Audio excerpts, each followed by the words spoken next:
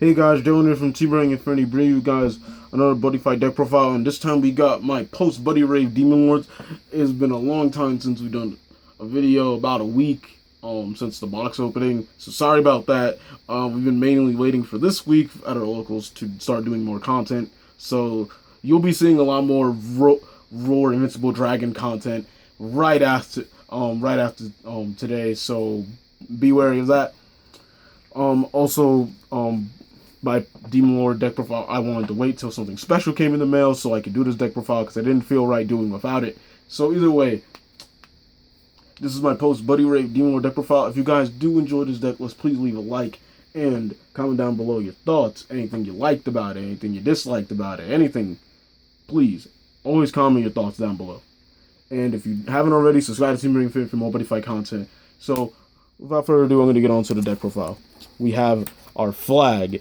This is what I've been waiting for so long. Since Buddy All-Stars, I always wanted this flag. It was always ridiculous. I could not find it anywhere, and I finally have one now. In Missouri, secret flag. Feels right. Feels right. Let it begin. The demise of those who stand before me. His chant for dead end world, the name of his deck. That's why I usually actually always name my Demon Lord deck. But regardless, enough about me fanboying. And my buddy, just because I'm trying to be Missouri. Anyway, Heir to Waterlord Steinblade Joker is a 3/1/3 size 0. It can only be called when I have a Demon Lord monster on my field. And has the ability when it attacks a center monster, it instantly destroys it. This is a really, really nice card. Of course, really strong against center-based decks. It's decent. It's decent against, of course, rush matchups. Just like simple one crit that I can call and gives me Buddy Gift for the first time. The first time I call it, or whatever I want to call it. Either way, just I just loved seeing this. I'm sorry. So on to the deck. On the rest of the deck, we have 3 copies of his other form, Heatblade Joker. It's a 3/1/1 size 0 with the ability to put itself into the soul of a size 2 or greater Demon Lord without soul, and it gives it Soul Guard. The only one that doesn't have Soul Guard in this deck, that's a Demon Lord for this condition, is Death is Modai. But either way, enough of the spoiling. This is a really nice size 0. I love that I have foils. Got them for my birthday. And either way, these Heatblade is just a really nice size 0, even on the field as well. 3/1/1 is definitely not bad. Then we have 4 copies of my buddy, so not going to get into more explanation there. Then the only size 1, because I decided, with the way the new support goes, I do not want to run Twin Tails Incubus. It's been a little cloggy and not needed recently, so I decided to do a different approach where I play 3 copies of Thunder Emperor Zane Blustan. Zane Blustan is a 1/2/1 size 1. Say that 5 times fast. It has Thunder Mind for when your opponent equips an item, and that only activates once per turn. And then the other Thunder Mind that only activates once per turn is when your opponent casts a set spell.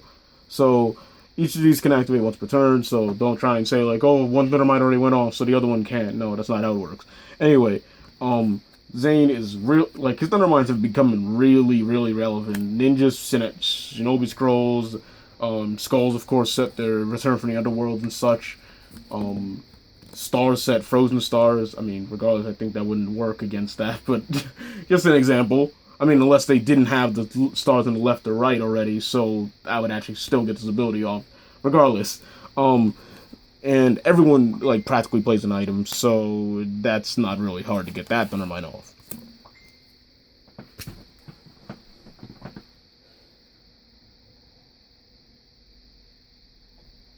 Sorry about that.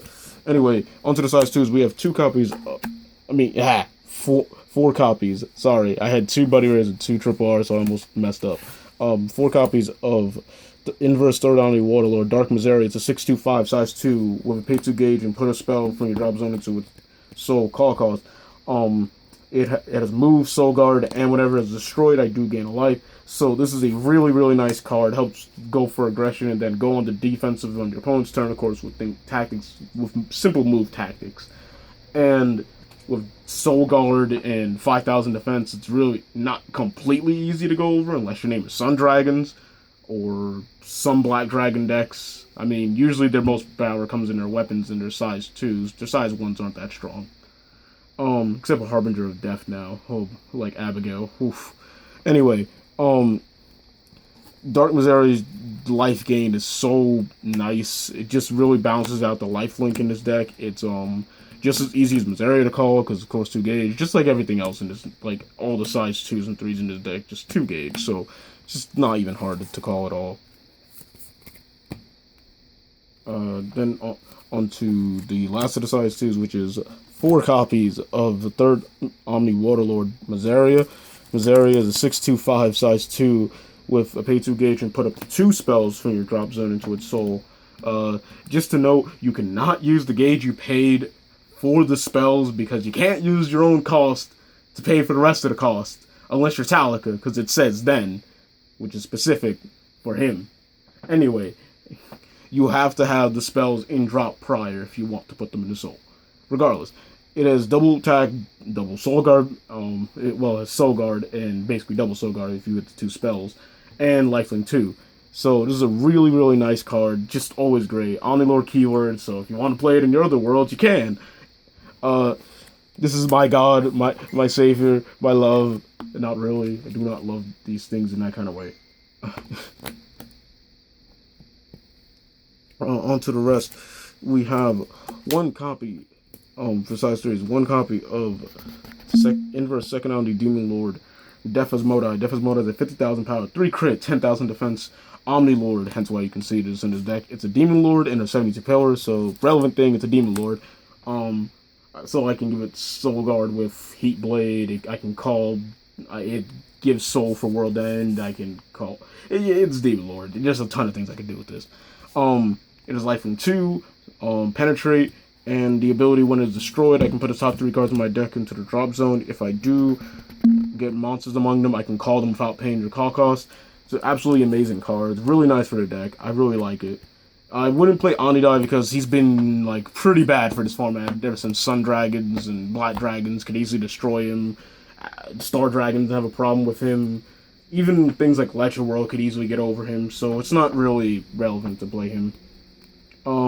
Then the last of the size 3s and the last of the monsters, we have 4 copies of Guardian Dragon of Demon Lord Castle Deo Cruzar. It is of course, a size 3, 8/3/7, pay 2 gauge and put a attack card in your deck into soul, call cost, and when it enters the field, I can get a destruction or a Demon Lord from my drop zone and put it into the hand. It's absolutely amazing. That Soul Guard, it's just really, really nice for a deck. It's like the glue. It just gets you whatever you need at from the drop zone that you could have lost from your gauge or just early on or later on in the game.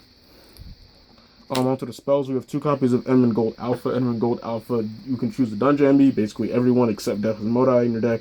Give it +1/+1 counterattack for the turn.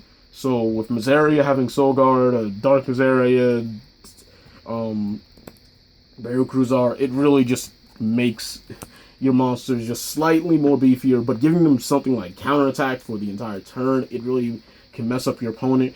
Fun things I like to do is use Enderman Gold on things like Deo Cruzar. So if they use like say a big monster to attack Deo Cruzar, I can cast this, counterattack, they most likely would have Soul Guard, and then they'll probably use their zeros to link, and then I'll use things like Hidden Crossbow, so then it destroys one monster, and then the link attack isn't strong enough to hit it now.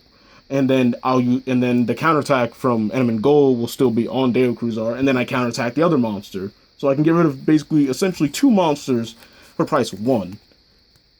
For the price of 2 cards, but for the price of just doing Enderman Gold and regardless, all that kind of stuff. Anyway, on to the rest of the spells. We have 3 copies of basically your kind of weird, nice armory use. We have Secret Arts of the Waterlord. You have to pay a life to cast it, regardless of which effect you're choosing. You can choose 1 or 2 effects. You're going to cast 1 Secret Arts of the Waterlord per turn. You can choose the first effect, which is add a Demon Lord monster for your drop zone to your hand, or you can put the top card of your deck into the gauge and deal 1 damage to your opponent. It's really nice after the turn you World End, because dealing the 1 damage and they're at 1 life from World End, the game's over, unless they somehow gain a life or they use some kind of damage reduction card. Regardless, this is still a really nice card. Getting the 1 gauge in certain situations is really, really nice. regardless of also dealing a damage, and getting back any Demon Lord monster is also really nice for a simple 1 light.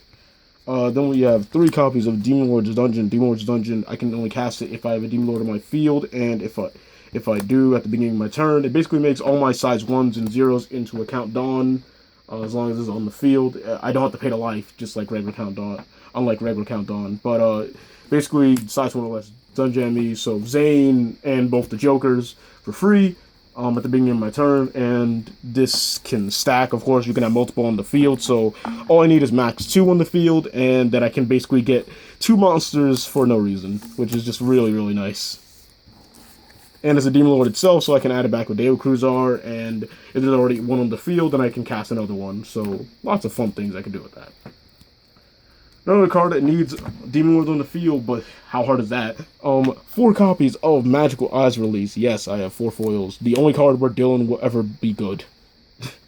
Just because he's on it. Magical Eyes release. I need a Demon Lord to cast it. Oh man, it's so hard. No, it's not. I put the top 2 cards in my deck into the gauge, and I put a card from my opponent's gauge into the drop zone.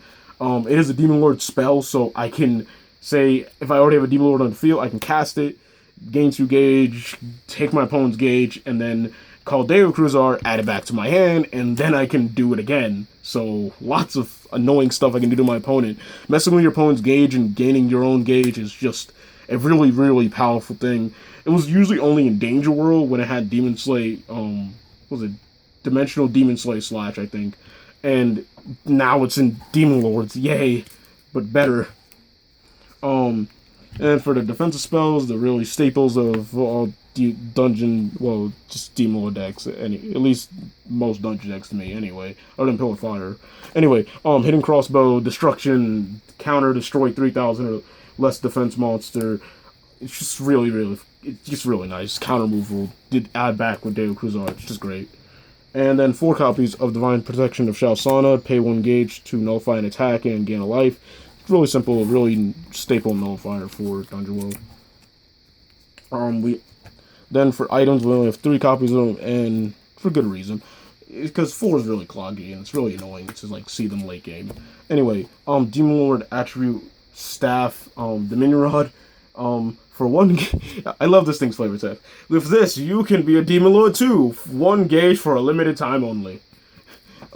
Anyway, is a Demon Lord attribute, of course. It's 3,000 power, 2 critical, and it gives all dungeon enemies, so basically, like I said before, everyone except Devlon, +1/+1 forever, as long as it's on the field. So it can make Miseria 7/2/6, it can make Ikaruga 9/3/8, it can make second Ikaruga 10/3/6.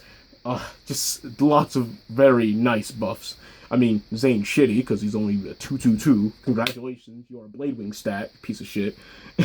Anyway, just a really nice card. Of course, Demon Lord, and it's a weapon, so most of the times I do use this kind of like an Armor Knight formation, where I just, like, leave it there so I can gain boost and have a center, or with Dark Miseria, I can just, like, move out the way so I can attack with it, and actually use it for its Demon Lord attribute for World End, and other such things. Then we have, speaking of World End, we have 3 copies of it. You can set it for free. Of course, it's impact, so you can only set it in Final Phase anyway. When a Demon Lord attacks, speaking of which, if you link attack with Demon Lord, 2 Demon Lords, you do get 2 soul. Anyway, for each Demon Lord that attacks, you gain soul, and at the end of your attack phase, if you have 5 or less, 5 or more, God kill me, 5 or more, soul, in this card, you can destroy it and send all the cards from the soul into the drop zone, destroy all cards in your opponent's field, and their life becomes 1, not damaging, anything like that. They just become 1, and notable ruling, if they do have a card with lifelink, the card with lifelink is destroyed, and the lifelink will go on standby until World End is done resolving. Once World End is done resolving, and their life becomes 1, the lifelink will go off, and they will lose the game, unless they somehow, like, in response, cast White Dragon Shield to the World End. Then when the lifelink happens, the damage is reduced. Anyway, it's a really, really just powerful card. It's easy to get back with Ikaruga, of course, but not this Ikaruga, because we're talking about Ikaruga's second manifestation, Demon Knight. It is a 9/3/5, size 3, impact monster. It's really, really powerful. Pay 3 gauge and put on top of a demon, put on top of a demon lord. It has the ability when it enters the field, you can call a demon lord from your hand without paying its call cost, and until it leaves the field, that monster is a size 0. It has Soul Guard. And also that monster can attack during the final phase. So, lots of fun things you can do with this. Of course, there are many, many examples, of course, you can know in the deck.